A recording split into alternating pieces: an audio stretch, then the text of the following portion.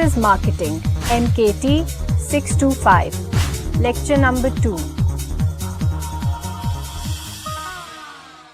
Assalamu alaikum Khawateen wa Hazrat. This is Wasim Ahsan, your instructor for the course on Services Marketing MKT 625 at the Virtual University of Pakistan.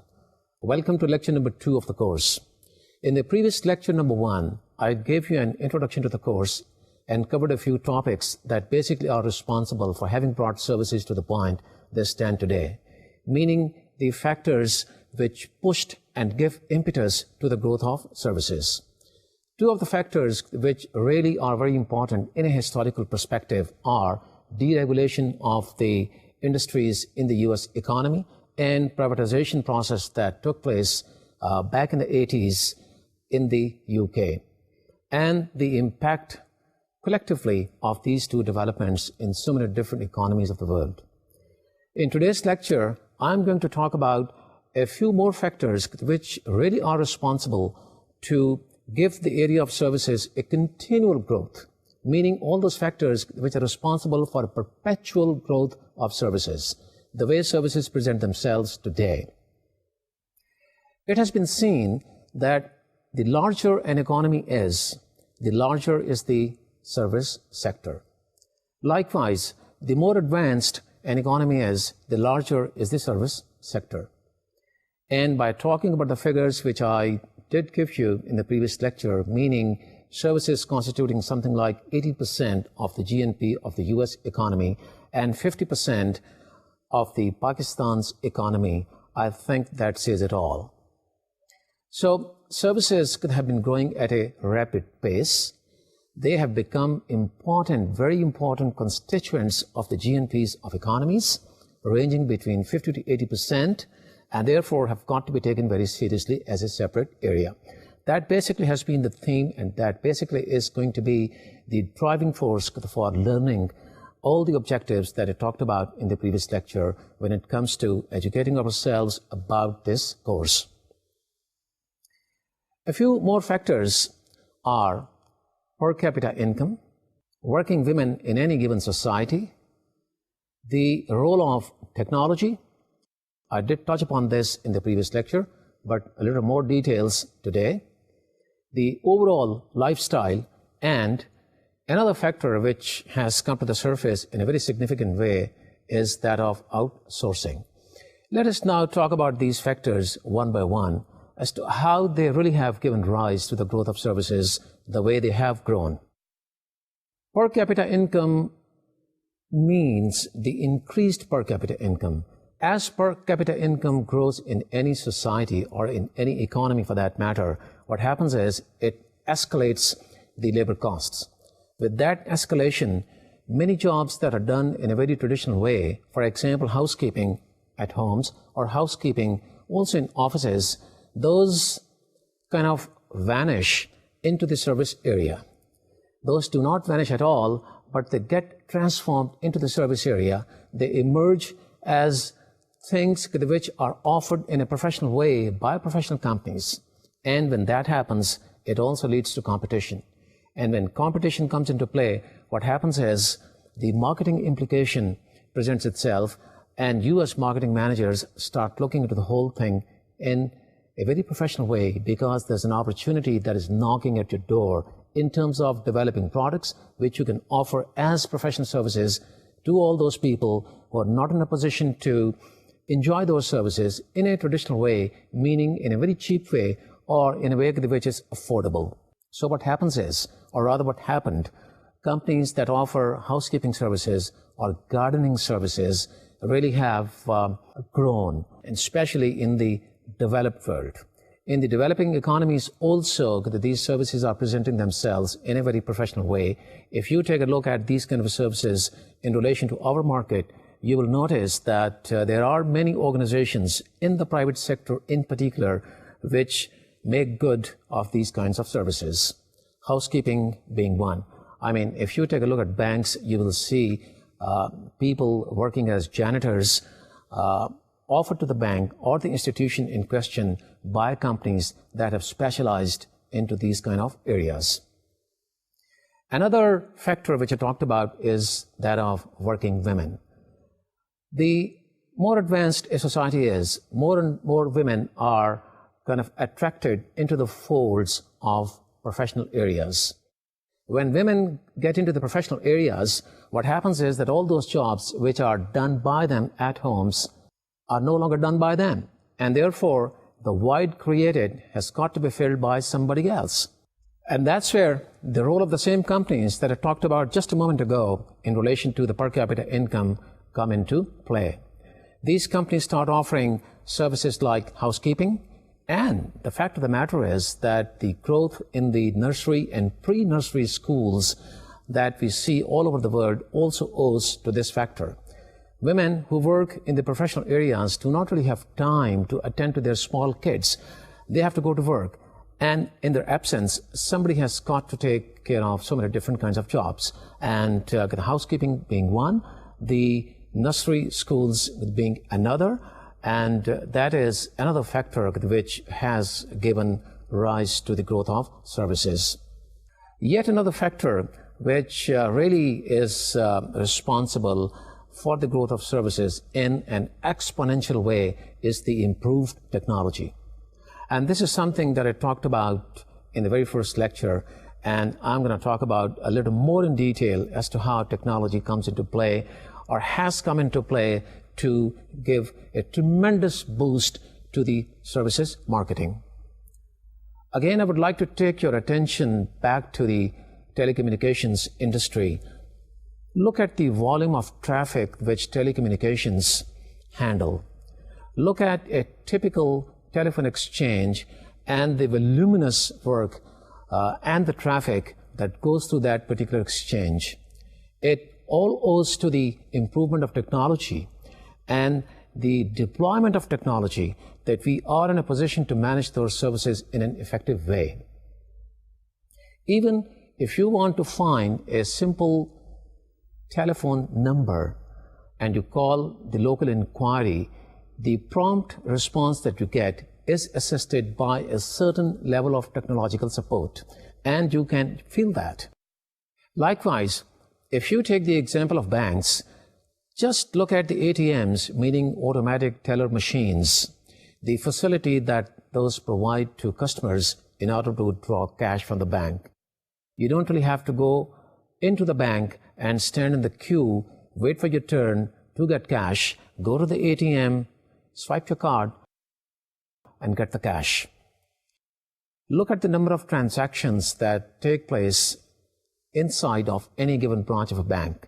It all owes to the improved technology that banks are in a position to handle and manage effectively the number of transactions that take place there. So much so that the concept of internet banking, which is very new to the world today, has also come into play. What happens is, if you want to be an international company and want to have an office overseas, one of the largest challenges that you face is who's going to sign the checks, because you do not know people who are going to work for your company overseas as well as you already know people who are working for the organization. There's a safeguard, and that safeguard is that you get into internet banking. It really provides you with the opportunity of circumventing anyone sitting in the overseas market to sign your checks on behalf of the company. The checks can be signed on the internet, and the technology provides you with the facility that the transaction take place in that particular market without having somebody to sign the checks. So this is another example of the improved technology, the way it has come to play, and the way it has given rise to the growth of services.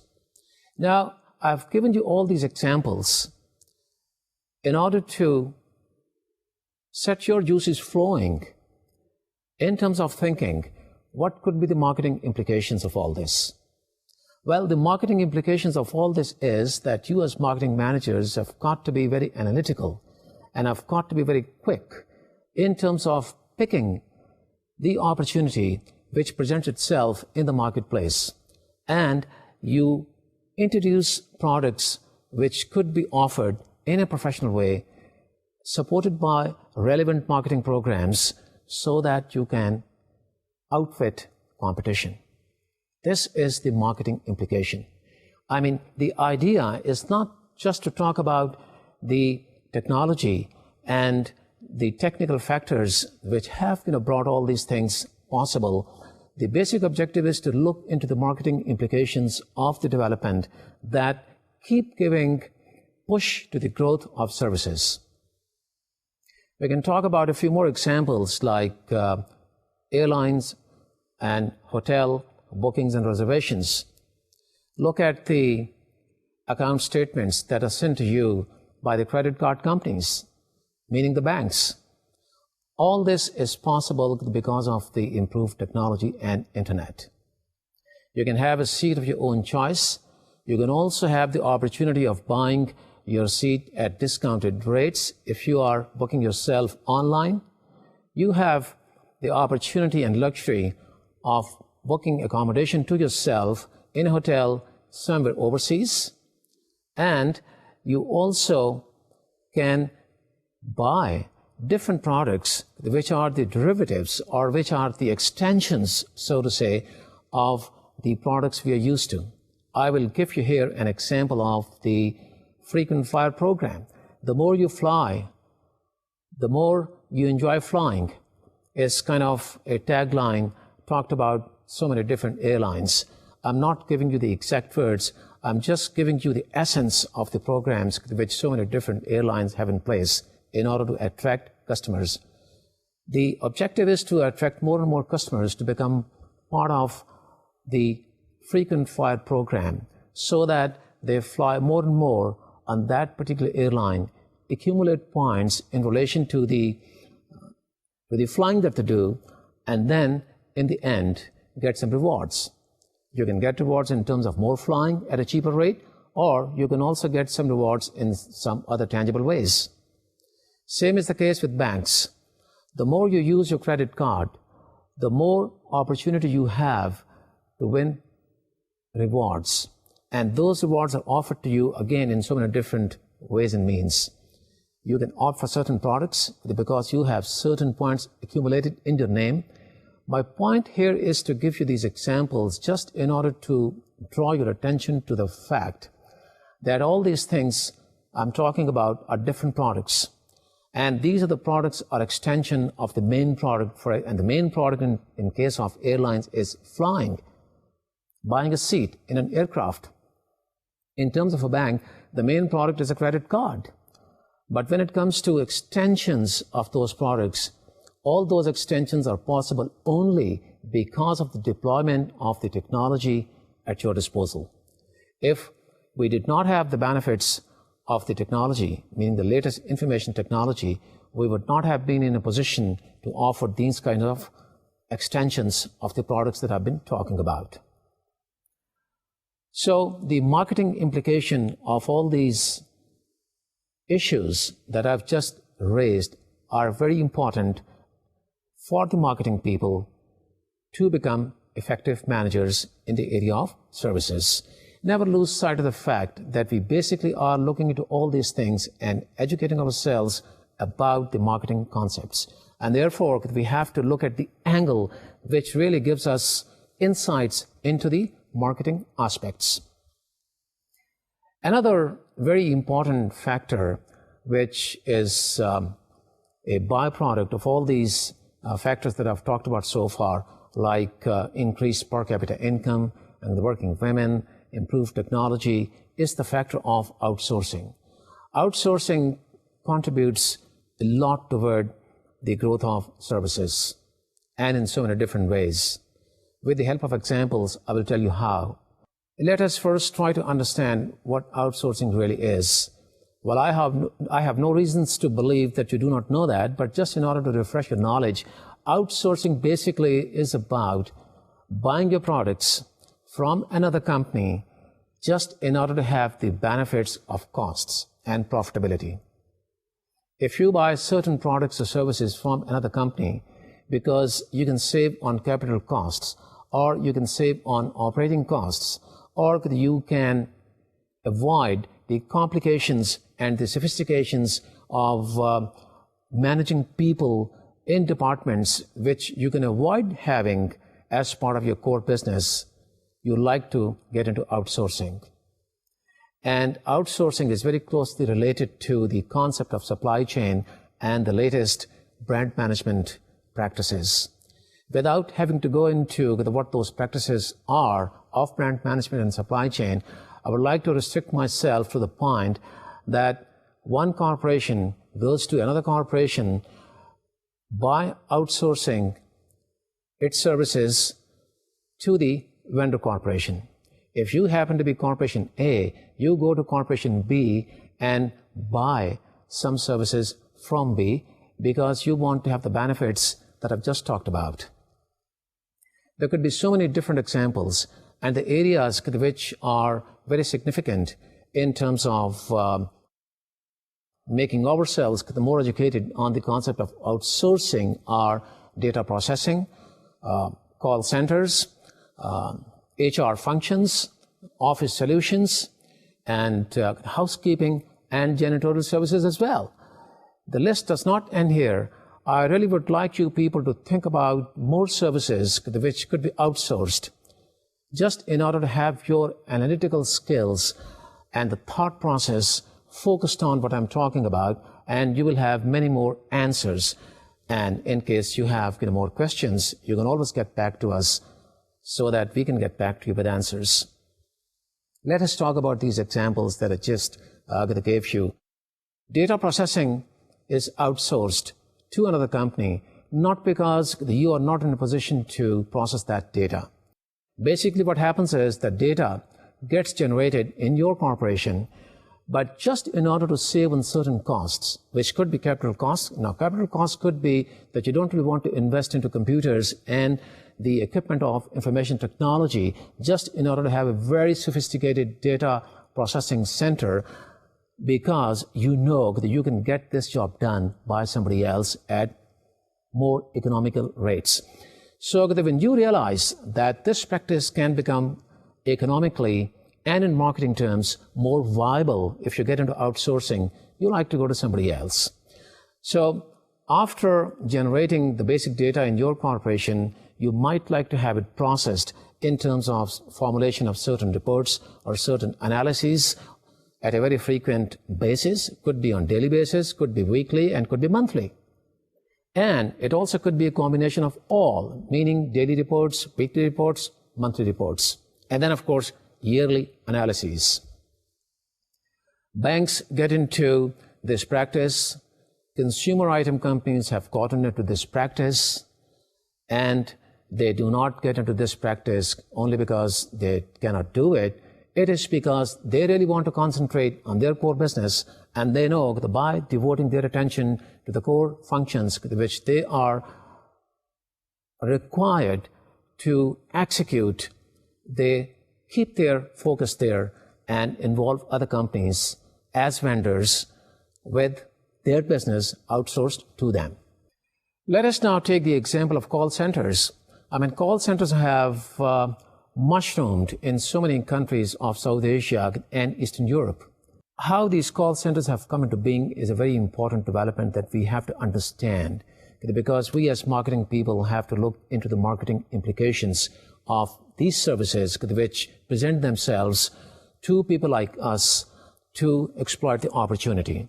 Well, call centers could basically have come into being because handling and managing the traffic of telephone calls that are made in the markets like the US and the UK and elsewhere in Western Europe have become very expensive.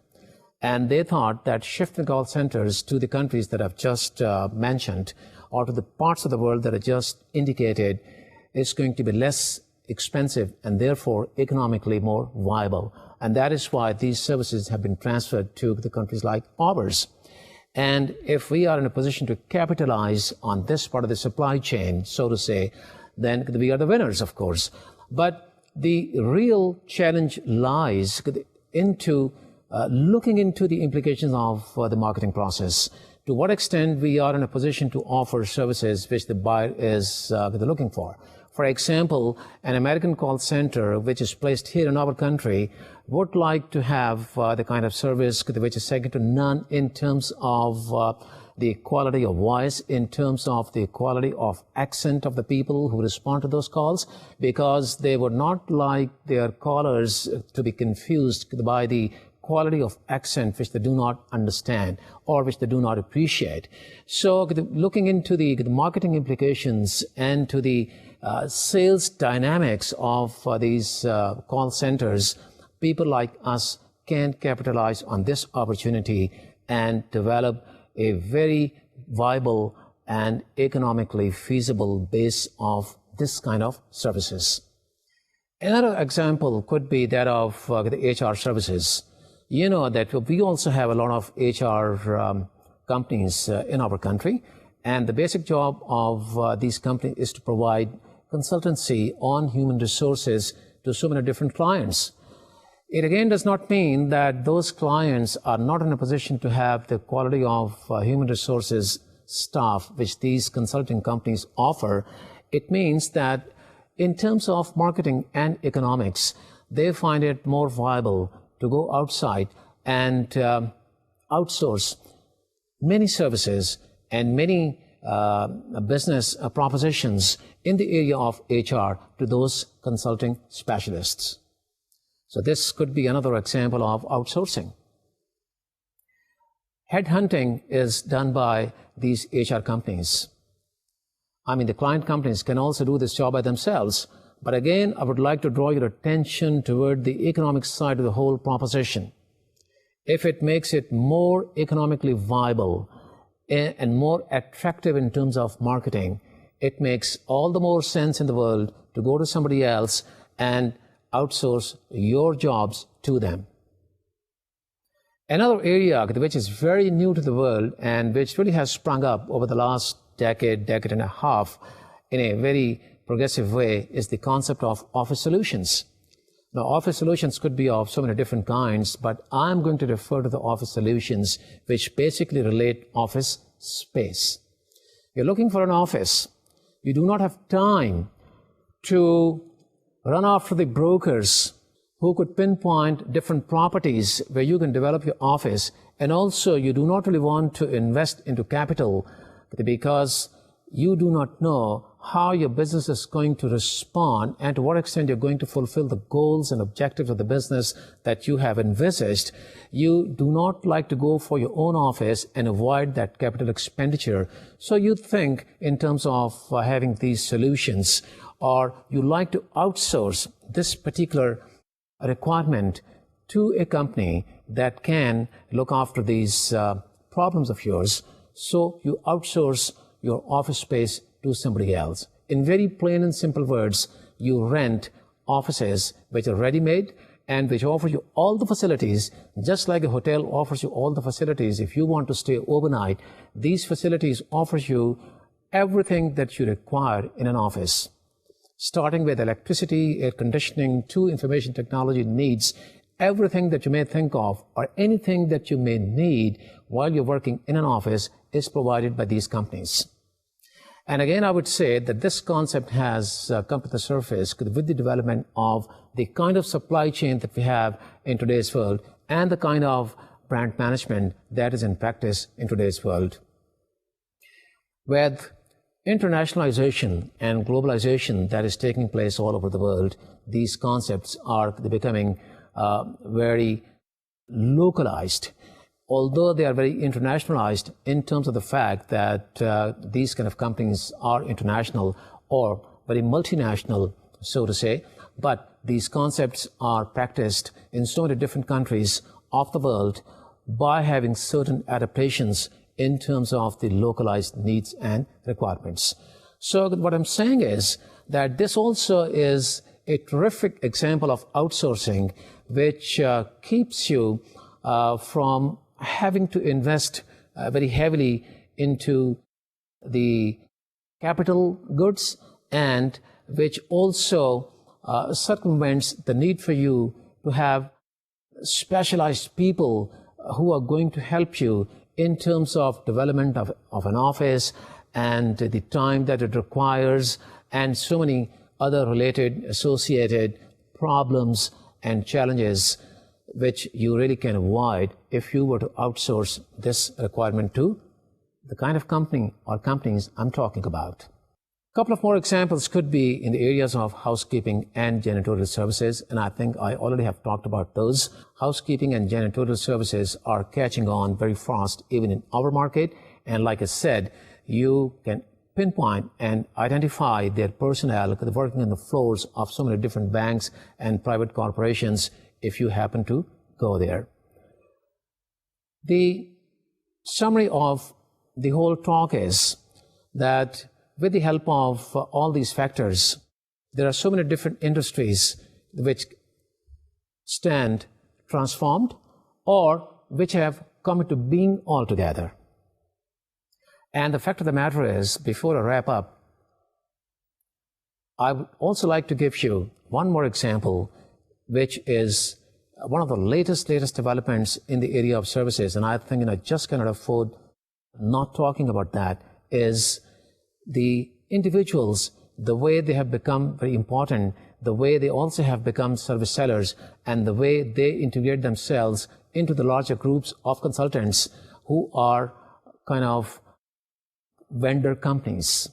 So going back to the concept of outsourcing, let me also relate that with the individuals who can operate out of the confines of their homes and small private offices. And the fact is that those individuals could be people like you, even at this stage. For example, you can develop a website for somebody else. You can also develop a PowerPoint business presentation for a company that does not have time to get into that part of the job.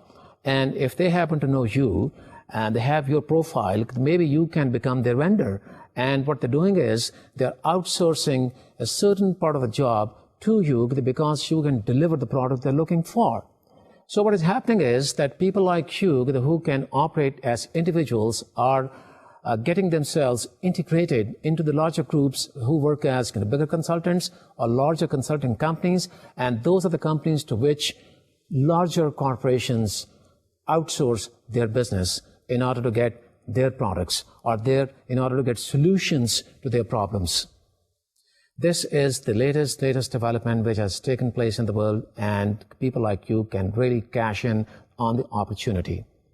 So what I'm saying is that the technology offers us a tremendous opportunity of outsourcing, and within the area of outsourcing, it is again technology which offers us so many different layers. With the help of an example, I would try to explain this concept to you. A business study which has been assigned to a consulting company could be divided into different parts.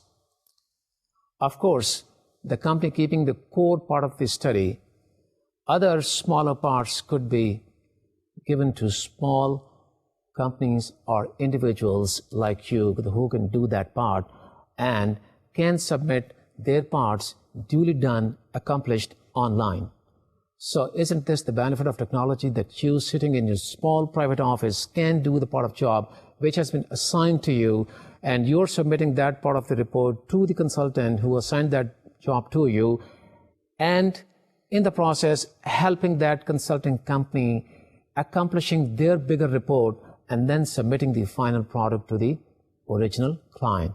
All of this is possible only because of the improved technology and only because of the concept of outsourcing that I've been talking about. So getting back to the point that we can wrap up all these issues by saying that there are so many different industries that stand transformed today because of the factors that I've just talked about, and there are industries that have just come to the surface or that have just taken birth and are in the process of further growth, owing basically to these factors, of which the improved technology happens to be the foremost.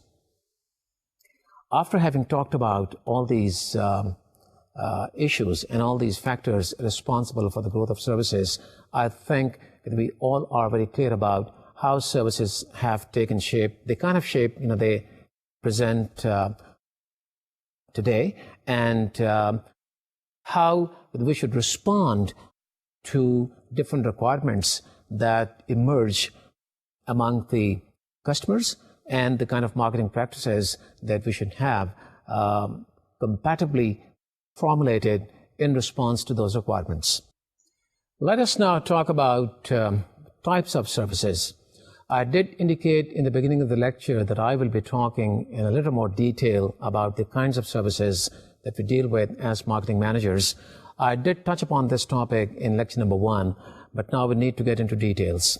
As a matter of fact, whenever we talk about the classification of services, what really flashes into our mind is two broad classifications, one being pure services and the other being hybrid services. So we can say that all different kinds of services can be encompassed within these two broad classifications. But in order to be better marketing managers, we've got to look into so many different categorizations that characterize the different kinds of services offered in so many different setups. The pure services, as I talked about in lecture number 1, are about those products which are totally intangible and invisible, which you cannot see, you cannot feel, and you cannot touch, like consultancy reports and different kinds of advisory services. Even banks, the people say are invisible services, although they do contain some tangible elements. But that exactly is the topic I'm going to touch upon, and the factor which really is going to give us insights into what kind of service is different from another kind of service. So, in other words, we're going to look into the subtle differences which differentiate one service from the other, and thereby provide us with an opportunity to look into different categorizations.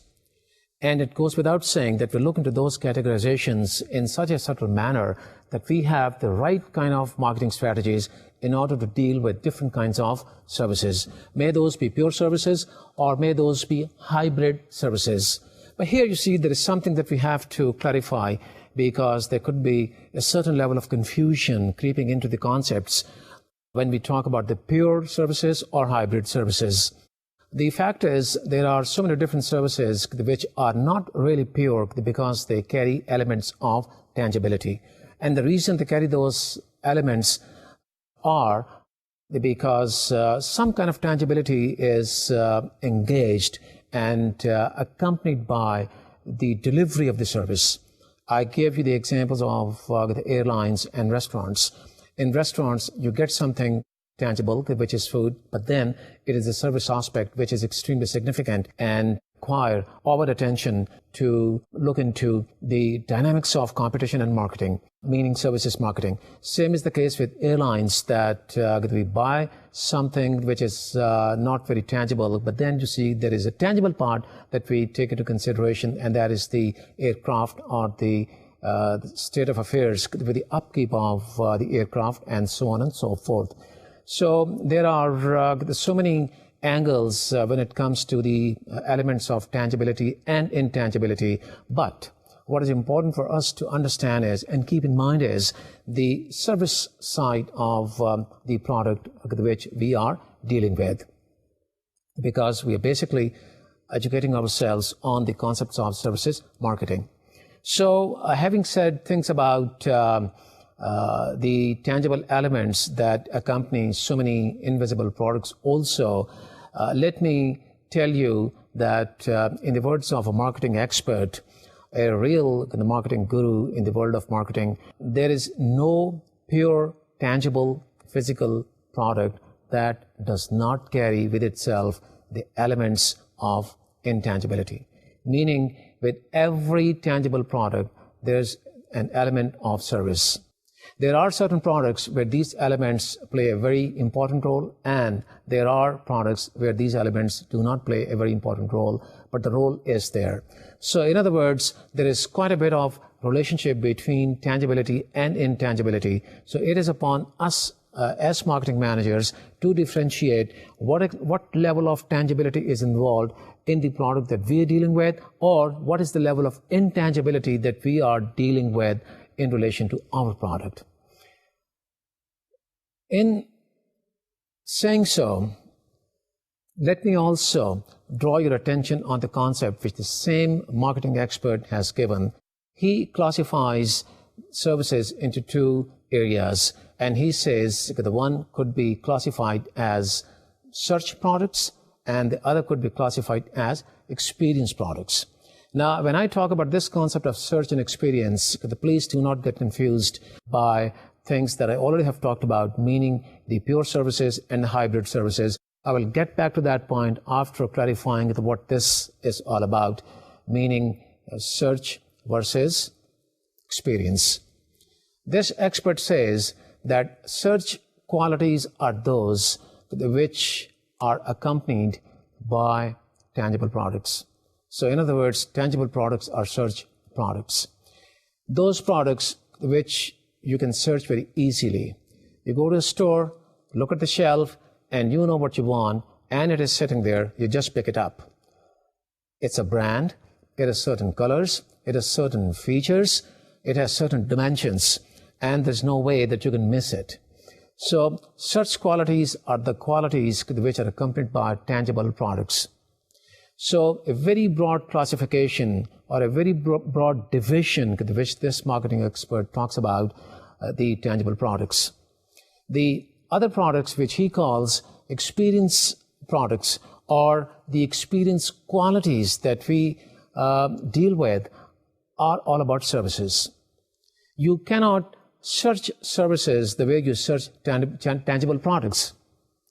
You just cannot be sure about a service product in terms of its features and qualities until the time you already have bought the service. And that precisely is the reason that I talked about the pre-purchasing process and the post-purchasing process as one of the very important learning objectives of this course. There is quite a lot of process which goes into the mind of the consumer before he or she goes to buy a service, and at the same time there is a process that also takes place in their mind after they have bought the service, because they do not know how the service is going to behave and what exactly are going to be the results and implications of the behavior which they exhibited while they purchased that particular service.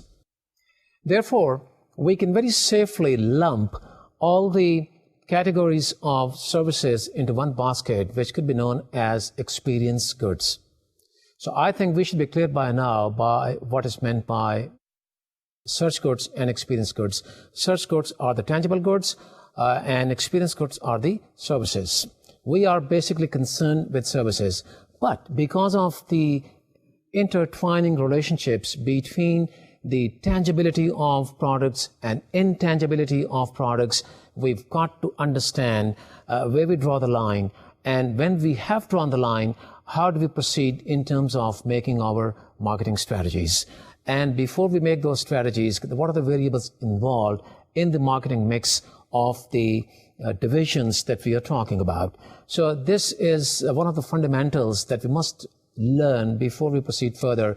And the fact is that once we have really educated ourselves about this subtle difference between the tangibility and intangibility of so many different products, I think that we are going to sit very comfortably in terms of the learning process. So let us now go ahead with the categorization of services, which is going to give us a better insight into the divisions of this tangibility versus intangibility. I would again say that do not be confused by the one set of classification which is pure services and hybrid services, and the other set of classification which I've told you in the words of the marketing expert, who makes a distinction between tangible goods and intangible goods as search products and experience products. All the FMCGs that you see in supermarkets are such products. All the consumer durables like motor cars, motorbikes, electronics, cameras, and things like that are search products. So we should have no confusion when we draw a line between a search product and an experience product.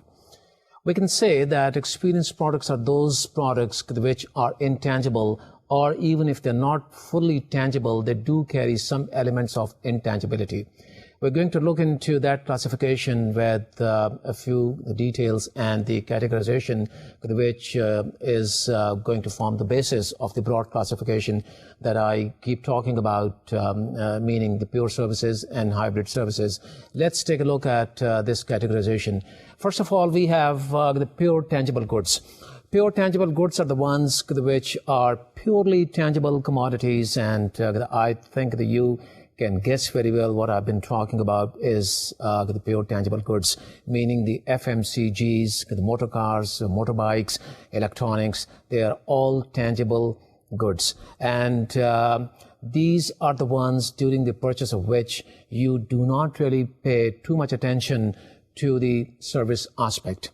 Well, I have to rephrase my statement, which I just made. I think I wouldn't really like to include the motor cars and motorbikes into this classification because those tangible products do carry certain elements of intangibility, meaning the after-sales service. So let us talk about that a little later and get corrected that the pure tangible goods are the ones which are purely tangible, and during the purchase of which you do not really give too much attention or consideration to the service aspect. And I think FMCGs are the best examples of the pure tangible goods.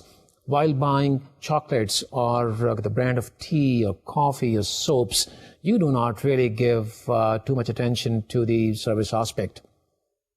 You do if you are really concerned about the service boy within the store to help you with the products that you have just bought to the point of transportation which you are taking. So from that point of view, the service never leaves any tangible product, like I said earlier. But for the sake of categorization, let's keep our focus on purely tangible goods. And purely tangible goods are the ones which are purely such products, and for the purchase of which we do not really take into consideration the service aspect.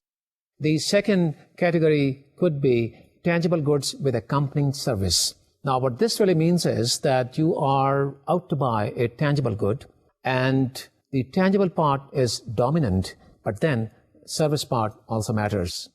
Now, this is the part which did not really matter in terms of purely tangible goods, but here it does matter. Can you think of examples? I think you can. For example, air conditioners. If you buy an air conditioner, given the level of technology, you know that one brand is almost as good as the other one. And we know that the technology level is very, very similar to each other. And therefore, we like to get into evaluation by considering the service aspect. If a seller offers you free delivery of the air conditioner and free installation at your home, don't you think that that is going to set that supplier apart from the rest of the crowd? I think it will. And the answer is very obvious.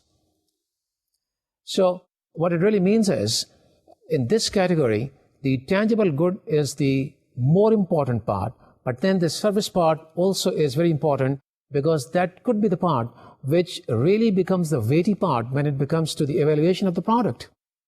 You are evaluating two products, and you look into the pros and cons, the pluses and minuses of two different technology products, and you come to the conclusion that both are equally good. It is just a toss-up. But then, during the evaluation of the service part, you realize that this particular brand X is going to be better suited to me in relation or in comparison with brand Y, because brand X is going to accompany with it free installation and free delivery. So that is the evaluation process that has taken place before you have purchased something tangible. And the level of intangibility, although may not be that very high, but has played its due role. Another example could be of a water filter seller. You want to install that small apparatus in your house, and the seller who offers you free installation is going to be the seller of your choice. I think that goes without saying. So service really counts, because it really helps you during the process of evaluation that leads to the final decision making about a certain product, which has become relevant into your mind and you have bought it. The third category of services is what you call hybrid services. I have talked about hybrid services in a very generalized form, and here we're going to talk about in very technical and subtle kind of differentiation when it comes to hybrid services. So hybrid services in very technical terms can be defined as services where the tangible and intangible part are equally important. We have talked about the purely tangible goods. We have talked about the goods which are tangible, but where intangible part also plays a role. And now we are talking about the hybrid services where both the parts, meaning the tangible part and the intangible part, play equally important roles because they have equal weight. And as the marketing experts say, fast food restaurants are a perfect example of this particular categorization because the service is as important as the food itself. There are so many different chains which offer products of very similar qualities, but then it is a service which really matters, and therefore a seller who offers you something which you really like as a physical product, meaning the food itself, and also offers you a service which you think is compatibly good with the physical side of the product, you go for that particular chain. So this categorization from that point of view is technically the hybrid services. And I would again say, we do talk about hybrid services in a very loose form when we talk about services in a very generalized and globalized way. But the real definition of hybrid services is, once again, where you give equal weight to the service aspect and to the physical product aspect. Then we have the category of services that accompany tangible goods with them. It's basically the services which are the dominant part and not the tangible goods. The service is something that you really buy. And a classical example of this concept is airlines and hotels. You basically buy a service. I mean, I'm talking about these products in very relative terms. I'm not comparing a 5-star hotel with a 3-star hotel. It's not relevant. So in relative terms, when you are talking about this concept in relation to hotels or hospitality, you are comparing 2 hotels or 3 hotels in comparison or in competition with each other. But basically, you like to go to that one which offers you better service. So this is an example where you basically buy the service, but then the tangible part is also important. And if the tangible part is not really compatible with the service, if the sofas are run down, if the tapestries are fading, and if the cutlery is wearing out, you certainly would like to switch over to another chain of hotels next time. But the important point here is, it is the service which is the dominant part and not the tangible product. Just like in one of the categories that I talked about earlier, service, although was not the dominant part, but it did really help you toward evaluation of the purchase process. Likewise here, the tangible side is going to be the evaluation side of the thought process, and they may help you in making the decision for or against it, but the fundamental still remains that it basically is the service that you buy. Then we have the last category of services, which we may call pure services. Again, just like I tried to explain to you about the hybrid services being 50% service and 50% tangible in their character and in terms of their technical definition. Likewise, I would like to point out that in terms of the pure services, we basically are talking about those services which are absolutely purely invisible, and mostly we talk about services like learning and insurance, for example, consultancies of different kinds, could be legal consultancy, could be management consultancy, and could be medical consultancy. And pure services are the ones in which tangibles do not really occupy a very dominant place. If you go to a group of very competent doctors or attorneys, for that matter, the tangible side is not really going to be the deciding factor. I mean, if the group of practitioners have a posh office and good environment where they sit, it is going to be an added feature, but that is not going to be something which is going to help you with the evaluation process of buying that particular service. So having talked about these categorizations, we are done with the types of services, and with the knowledge of the types of services, I think we are better placed to start talking about the definition of services marketing, which I would like to talk about in the next lecture because of the paucity of time, and therefore like to summarize what I've talked about in very few words. I started talking about the factors responsible for the growth of services in today's world, and of those factors, the improved technology happens to be the foremost and the important most, I would say, and that really brought us to the good point of educating ourselves about the types of services, because the need to understand the different kinds that we're going to deal with in the practical field is very important in terms of our ability that we're going to develop as good marketing managers. With that, I would like to say goodbye to you until next time, and I do look forward to talking with you in lecture number 3. Thank you very much, and Allah Hafiz.